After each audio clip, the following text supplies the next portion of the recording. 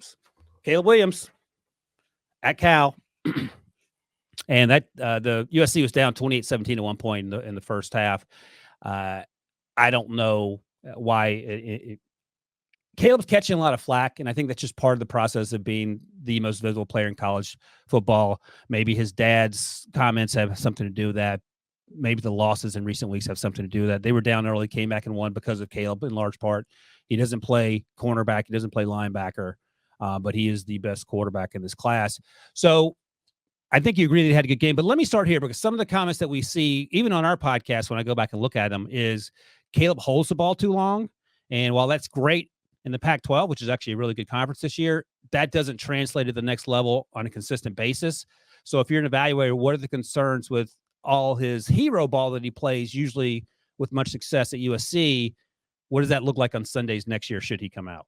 Yeah, well, we said the same thing about Bryce Young. We said the same thing about CJ Stroud. We say the same thing about all these young quarterbacks because they can hold the ball. You can say the same thing about Michael Penix. You can probably say the same thing about almost any one of these quarterbacks coming out. They can because they can get away with it. When we talked in the preseason and we talk about the game slowing down, which actually means the opposite, which means their process is speeding up. It comes with touch. It comes with timing. It comes with understanding the speed of the game because the speed of the game at the next level is totally different than even in the Power Five conferences. And so that is something that needs to be worked on. Is it a deterrent or a concern or something that will plague him? Probably not. But every quarterback almost coming out of the college holds on to the ball too long, especially the guys that are far superior from an athletic standpoint. They can do that because they know they can get away with it. Eventually, they learn they can't get away with it at the NFL level. So that's when they have to start getting through the reads and everything we talk about, getting them through the progressions. We're going to talk about these rookie quarterbacks for the 100th time today. And Bryce Young has gotten better Ooh-wee. every single week because he's getting through his reads, he's getting through his progressions, he's getting the ball out. Even though he's got a really crappy offensive line in front of him, he got nailed.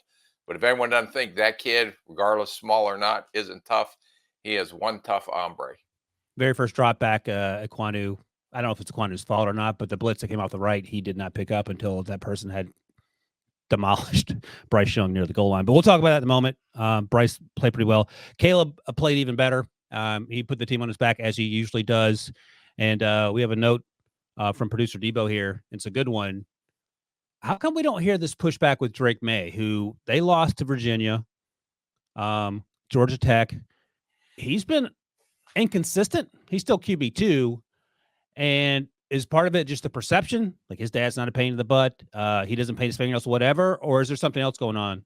I think a lot of it is when you're the king and you've been talked about as number one prospect for the last couple years, everybody's going to take shots at you. They always do, especially if you're sitting on top. And for as much notoriety as he gets, for as famous as he is, I mean, you see him on the Fansville commercials, you see him on Wendy's commercials, all this stuff. So of course he's going to get some shots thrown his way. And if he's not perfect, people are going to try to poke holes at him. But watching him this game, I thought this was maybe the best game he played all season. He just never quit, put the team on his back. I mean, why don't you get on their defense or why don't you get on their offensive line? It's like a sieve. And instead of criticizing him, give him credit for the athleticism he has and how he does buy time. Because a lot of times you can say he holds on to the ball, but why is he holding on to the ball? Because his receivers aren't even out of their routes yet, or they're not getting open, or they can't separate in man coverage. So yes, does he hold the ball some? I agree 100%. Is it always his fault? No. If I had his athleticism and his arm talent, when you see him roll and the arm strength he has just to flick the ball downfield and his vision down the field, don't discredit him for that. Those are plays that are phenomenal type plays that will translate to the next level. When he gets to the next level, is he going to have issues? Of course he is. All the rookies do, trying to adjust. But I think it's totally unfair to say that everything relies on him because even in their losses, Notre Dame was his worst game we've seen. We talked about that in the first half, and we talked about how he rallied in his second half. The second loss, he carried that team as far as he could. He does need some help with some other parts of the game, offense, defense, special teams, to help that. But he is doing everything he. Do you think? And I'm going to ask you this, Ryan Wilson, Yes. that the USC Trojans would have the record they have if Caleb Williams was not their quarterback? They would look like Shadur Sanders looks playing behind that Colorado offensive line, and they would be worse because their quarterback wouldn't be Shadur Sanders. Yes. They might have two, maybe 3 wins. Maybe. Yes. Yeah. And the left guard from Colorado, I don't know who it is, but he did not have a very good game when we talk about some of the pass rushers from UCLA coming up. He prefers to remain anonymous, I've been told. But yeah, Caleb Williams, it is funny that I'm in the position, like when I'm talking to, if I go to Connecticut for HQ for the weekend and I'm talking to our colleagues, having to defend Caleb, like our buddy Joe Musso, and I don't think he would mind me saying this, one of the issues he had with Caleb was his body language. Joe's a Notre Dame fan, but I said, well, that second half, he played out of his mind. The subsequent game, the Utah game, he was on the bench and he was dejected because this team keeps losing. And all the things I've heard is that he's a great teammate. He's great in the locker room. So I'm okay with emotion if your team's not performing the way they want to, but he's not in anyone's face. He's not pulling a Derek Carr last week when they lost. Is that anything that pops in under your radar? No, he's dejected. He just laid his heart and soul out and every body part he has out on the field in the Utah game. And you come up with a loss, that's emotional. That tells me he cares. And he's not doing it in a negative or derogatory way towards his coaches, towards his teammates. He was just dejected after I put my heart and soul into this thing. We lost. And I'm sure it was not because how we played or didn't play. It's because the team lost. Yeah, no, I'm with you. And it's funny that we are Ask Musso how Sam Hartman's playing too. Although they played pretty good against Pitt this week. Yeah, Sam Hartman's. We talked about him early in the year when they beat the brakes off of Navy, but we'll circle back to that. But I mean, I'll just say this: Sam Hartman, incredibly handsome. Sam Hartman also not Caleb Williams when it comes to quarterbacking, but there's only one Caleb Williams, and another huge game. We didn't talk a lot about the Cal game, but he again put that team on his back, and they had a lot to do with their success. All right, I'm assuming I'll give them the old rubber stamp Bryce Young pop here. Yes. Pop. Next up. And this is a guy I was interested to see because I haven't seen him in a few years. I think I saw him his freshman year against Oklahoma on the road in Oklahoma, and they beat him up pretty good in that game, but he's a tough kid. And Michael Pratt, Tulane, they played Rice. Luke McCaffrey, Christian's brother, plays for Rice, had a nice touchdown catch. He's been doing that on the regular, Luke McCaffrey, and that's a guy we'll talk about as we get through this process. But Michael Pratt, quarterback, pocket passer, has a little athleticism. I questioned some of the decision making, but there was just one game. Rice isn't a powerhouse, but they competed. Terrible pick six to Gabriel Taylor, Sean Taylor's younger brother, which was a fun fact to learn. I didn't know that. Yeah. In fact, I think it was a pick to the 2-yard line. He didn't take it all the way back. He took it back inside the 5-yard line, but it was a great play, jumped a route, terrible decision by Michael Pratt. He's going to get drafted. The question is, where do you fit in? What box does he fit into? What did you take away from watching him play in that Rice game? Yeah, I think he's big. I think he can put velocity on the ball in tight windows when he has to. He's pretty good accuracy at all levels of the field. I didn't have any questions that he can come in and make the NFL throws. Is he athletic enough? Yes, but he's not a tremendous athlete, but can buy a second chance. He'll get some positive yards if he has to scramble. But again, that's against Rice. So there are other dudes that can run a little faster in the NFL. But his decision making, I agree with you. Why would you do some of the throws that he did? But I saw him as a solid prospect. I didn't think that he was going to be an eventual starter in the league. I saw him more as a backup just based off of this view. I'd like to go back. I got to go back and do a little more tape on him. I put him in the Tune O'Connell category with a little more athleticism and a little stronger arm. That's kind of where I had him when I was watching him, kind of where I would place him at this point. And to follow up on that, he's a player that goes to an all-star game, Senior Bowl, Shrine Bowl, has a great week, and then we're having another conversation about, okay, has he worked his way into the day 2 conversations. Yep. So I yeah, put in my notes. I said anxious to see him in an all-star setting. I have a camera right behind you. I can see everything you're up to in there. That's where I got that from. All right, good. So, look, the interception was terrible, but I thought he's a veteran. His teammates seemed to like him leadership wise. I gave him a pop. I agree. Okay, I didn't know if you're going to be deterred by the not so great interception. 77 days before I can disagree with you. And by the way, he finished 22 of 30, so he had a good afternoon there. 263, 2 touchdowns, that one interception we talked about. 14 touchdowns, just 3 picks on the year. All right, let's move to a guy that I've been eager to watch play. I've seen his name on the old score sheet, but we just haven't got around to talk to him on the podcast. Even when we talked about the deep wide receiver class, he is going to be mentioned among the top wide receivers taken. Aeneas Smith out of Texas A&M plays in the slot, can play outside, line up in the backfield, has some return ability. He's a thick build. He's a little twitchy off the line of scrimmage. You're making a face, a little twitchy at the top of his route. I thought he's like a little yak guy. You get the ball in space and let him do the rest. You don't like this. I thought he was running over people in space. I'll give you my comp so you can go ahead and complete the trifecta of dissatisfaction. Tank Dell Light. If you're listening, Rick just put his face in his hands. Okay. All right.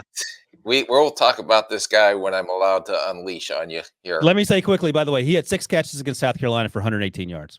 That's great. That touchdown he had was a fancy, nifty footwork in space. No? Yes. Okay. Go ahead. All right. I respect everything that you say about this kid, and I can see what you see in him slightly. That's the first time you busted out that talking point in a while. So I do think he is thickly built. He's a slot receiver only. My biggest question is, if I had to make a comparison right now, it'd be not a Tank Dell, because I don't think this guy can run. Oh, really? No, he's not going to run 4.4, I don't think.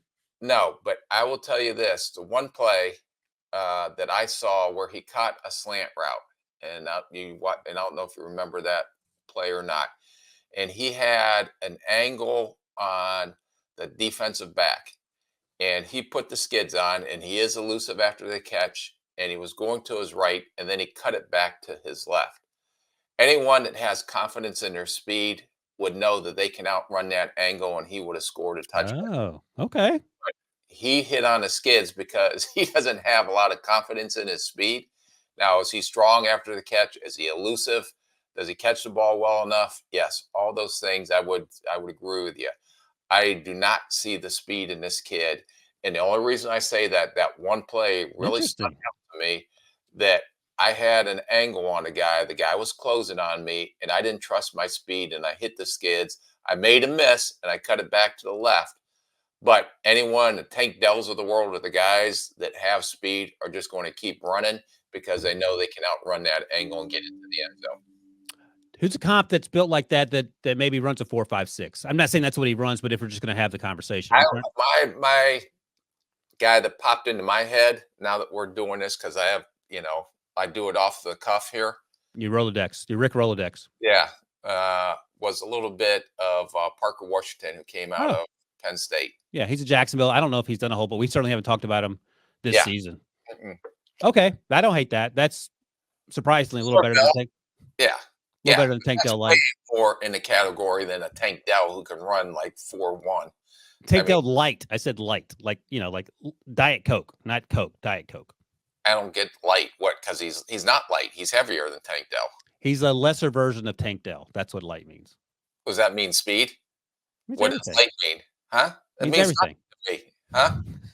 It absolutely means nothing. Hey, listen, buddy. 77 days. Tone it down. All right, Parker. You see what you see in him. There. That's all I'm asking for. All right. See in him. Aeneas Smith. So I'm giving him a pop. I'm interested to hear what you're going to give Aeneas Smith. Drop. You are giving him a drop. Golly, the guy had 6 catches for 118 and a touchdown, but because he did not run the guy to the corner, you're on Rick's drop list. All right, fair enough. Now, I think I know the answer, Papa drop wise, to these next two guys. And we'll group them together. We've talked about Leatu Latu, edge rusher out of UCLA. Going to talk about his teammate, Gabriel Murphy, edge rusher out of UCLA. And I say edge rusher, they line those guys up from 9 tech all the way in. And they do a lot of standing up, A gap, just no hands on the ground and just harassing the offensive line, interior, or edge rushers. They're similar type players, but Latu is stronger. I think they're both pretty twitchy and bigger, but they both use their hands well. Latu's bendier than you would expect given his size, but Gabriel Murphy's a little bendy, but he's so quick. Here we go. There he's. I mean, that's not the picture I want. He's not bendy there. He's missing Shador, but he's quick through the A and B gap too. When he's asked to pressure the interior offensive lineman, he's not the player that his teammate is. He's not going to go in the first round. But I'll just go ahead and give you the spoiler here. I think he's a day 2 guy all day long. Okay, are you done? Yeah, your turn. Okay. 10, 9, 8, 7, 6, 5, 4, 3, 2, 1. Okay. What's that? Is that to compose yourself? Yes, that is. Everybody told me to count to 10. Not out loud so the person knows that you're. Oh, was that offensive? I'm sorry. The thing is, you like Gabriel Murphy. Go ahead. Latu, it was like when we watched him, I can't remember the game that we watched him earlier. And it was San Diego State or somebody. They played Coastal Carolina in the beginning, I think. Oh, yeah, whatever. That was like, we said that was a clinic. This was even a better clinic. Because Latu is bigger. He's explosive. He is heavy-handed, but he is so smooth with his movements. And his wiggle on pass rush moves, his ability to arm over or to counter inside. Now, again, the right tackle from Colorado and the left guard from Colorado had a rough day, to say the least. But Latu, like I said, I went back and I wanted to see him against Utah, and I actually still pleasantly surprised. I think this kid's a really good football player. I think he has first-round potential. I just don't know from the medical standpoint what will happen as teams start doing a medical on him. Is it the neck or the back or both? Yeah, but you remember he had to retire, and then he had to go through a couple schools until UCLA. He was at Washington originally. That's right. So I tell you what, he looks healthy. Yeah, no, he does look healthy, but again, teams are going to go and put him through every MRI machine in America and CT scan and every other scan that is made possible. Let me ask you this though: if you didn't know anything about him, but you just watched his 2023 tape, he is a first-round talent. Okay, just want to double check. But all right, he could be one of those guys where you have in the first-round talent box or in the talent box that I talked about. Yeah, but he may be in a critical box on the medical, and then if our doctors or if any team's doctors do not pass him, we would put a red card on him, which means he's untouchable. No matter what, you can't touch him. Let me ask you this, and if you don't want to answer it, you don't have to, of course. Montez Sweat had a heart condition come out late in the media during the draft process. He had an absolutely great Senior Bowl, ran well at the combine. Was that a situation where you had medical concerns, or? Yeah, I can't. Yeah, I don't want to talk about that one. I don't want to get okay, that's fine. Brought into court for HIPAA law. I tried to set you up. You didn't fall for it. Yeah, okay. Try to get me off the show. I have to do it from my during my hour recess. Your rec time. Yeah, my rec time. You have to do it on the phone through the plexiglass. Yeah, I could be like going through the plexiglass. Why you hit Rick? Yeah, Ryan set me up and I broke everything. Americana player. Yeah, you can't. You'll be right. Look, you'll be the coach of the football team on the inside there. Longest yard. Yeah, longest yard. There you go. Maybe my acting career will come through one day. There's hope. All right. What about his teammate Gabriel Murphy? Pleasantly surprised. First time I watched this kid. Love his motor, love his energy, love his straight line speed, plays with his hair on fire. I just had issue with his stiff hips because I don't think that he can break down, but he makes plays off his energy and effort. These guys play in the league. I didn't see him as a first round talent, but I'm anxious to see how big he is. He's not as long or as long limbed talking about his arm length as his counterpart, Latu is. But this guy is a very good football player, even though he has some physical limitations. So where are you playing him at the next level, or do you need to wait and see the height weight? Yeah, I want to see the height weight. No, I think he's an outside edge guy. I think Okay, he may because be they just move those guys everywhere at UCLA. yeah, I think he can't play inside. Uh, Yeah, so he's too small to play inside, but he could carve out a role as a potential DPR. I was going to say, yeah, Yeah, yeah, because that's sometimes on third downs you move those guys inside anyway and have them sort of standing up and harassing people. right. Yeah, but I can see him carving out a role. I don't see him as a 17-game starter, but I do see him carving out a role as a potential pass rusher. Do you not want to yet go on record and say he's a day two guy like I did?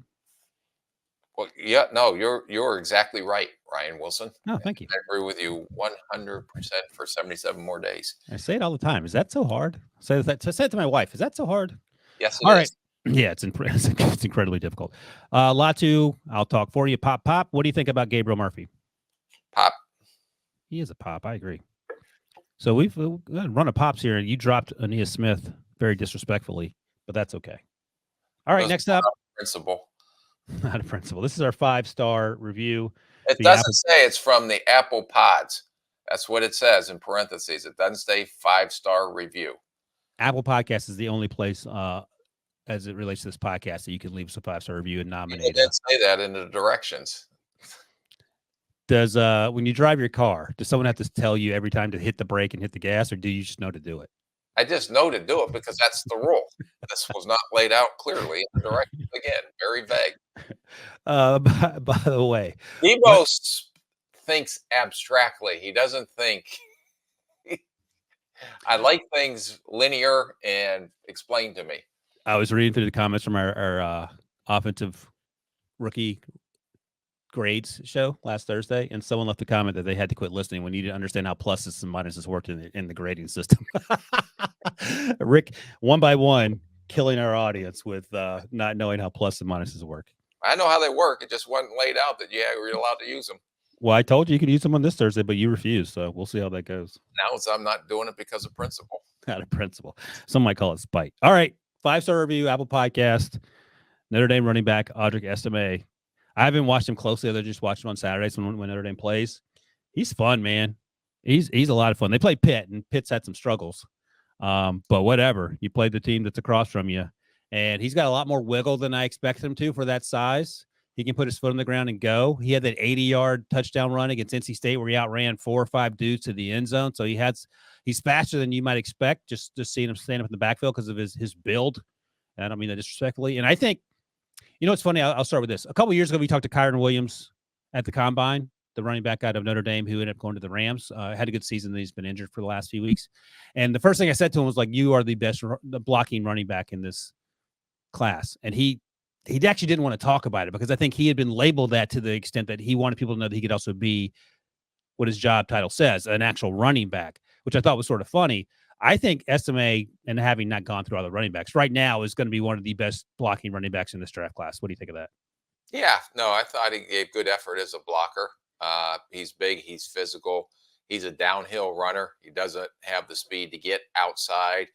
And by that, I mean, when they stop and start to try to bounce it outside, you seen Jahmyr Gibbs last night. You seen Oh what my goodness. AJ. You know what you do to me if I mention Estime and Gibbs in the same breath? Yeah. Well, I was waiting for that comparison. Beat me to it. Yeah. But this guy has good patience. He has vision running in line. He runs with power. He does need to get his pads down some. He's a little high through contact, but he just goes forward. Hands are okay out of the backfield. I wouldn't call them elite hands. Hey, Rick, let me stop you quickly just to ask a question about that. So his pads are too high. I don't think he's tall. He looks like he's probably 5'11", maybe, but we'll find out. So obviously you can see just physically if he's standing up too tall when he runs through the hole, but is he getting hit and falling backwards? Because it felt like to me he was falling forward a lot. Yeah, no, that's what I said. I said his pads are high, but he continues to go forward. Okay. Contact. Gotcha. Okay. But if his pads don't get down, he's going to get knocked back at the next level. Okay. Gotcha. Okay. So, but he can get away with it at this level. Against Pitt. Yeah, I don't think that he is exceptional in space.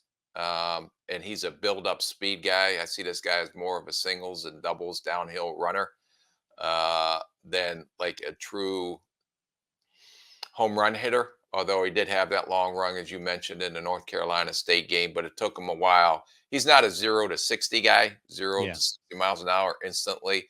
He's a build up speed guy, but he's had a really productive year. So, uh, last year when the Arkansas running back was rolling, this year he hasn't been. I think it's Sanders. Is that who? Raheem Sanders, Rocket Sanders. Yeah.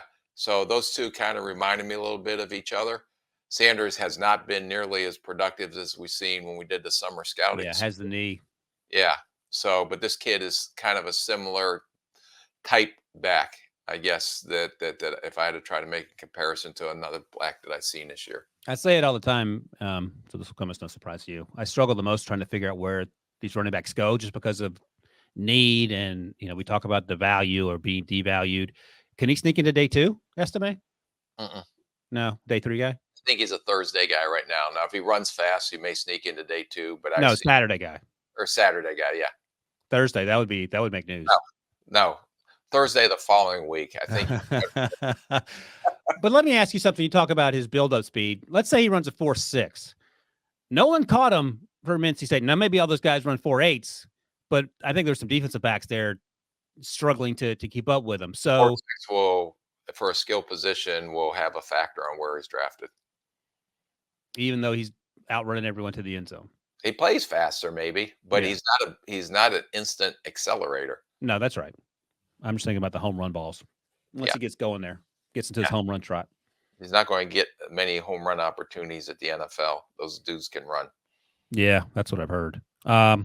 19 rushes, 114 yards, 3 touchdowns against Pitt there. I got to give him a pop. Yeah. No, I'll give him a pop. I just think he's a Saturday back. Okay. All right. We'll see. We got plenty of time to figure it out. Thanks for the now that we're building up our roster for the draft. Yeah. Who was funner to watch? This kid or the kid from Arizona State? Oh, I have a special place in my heart for Cameron Scatterbo, I think. Estime was fun. I was surprised at how much more athletic he was than I thought, just by looking at him as a sort of a bigger back. But Scatterbo, I think, is more versatile. He can punt, which is, I love saying that. He can throw the ball if you need him. He can run the Wildcat. I think the Estime ran the Wildcat a few times. He has return ability. So the versatility is a little more intriguing to me. I don't even know, is Estime a better athlete? Like, I'm not sure he is. Yeah, but I'm just asking you. You're on the clock. Yeah. Oh, I'll take Scatterbo. Okay. I like the versatility. Okay. Or is my comp that you love, Danny Woodhead? Yes, that's perfect comp.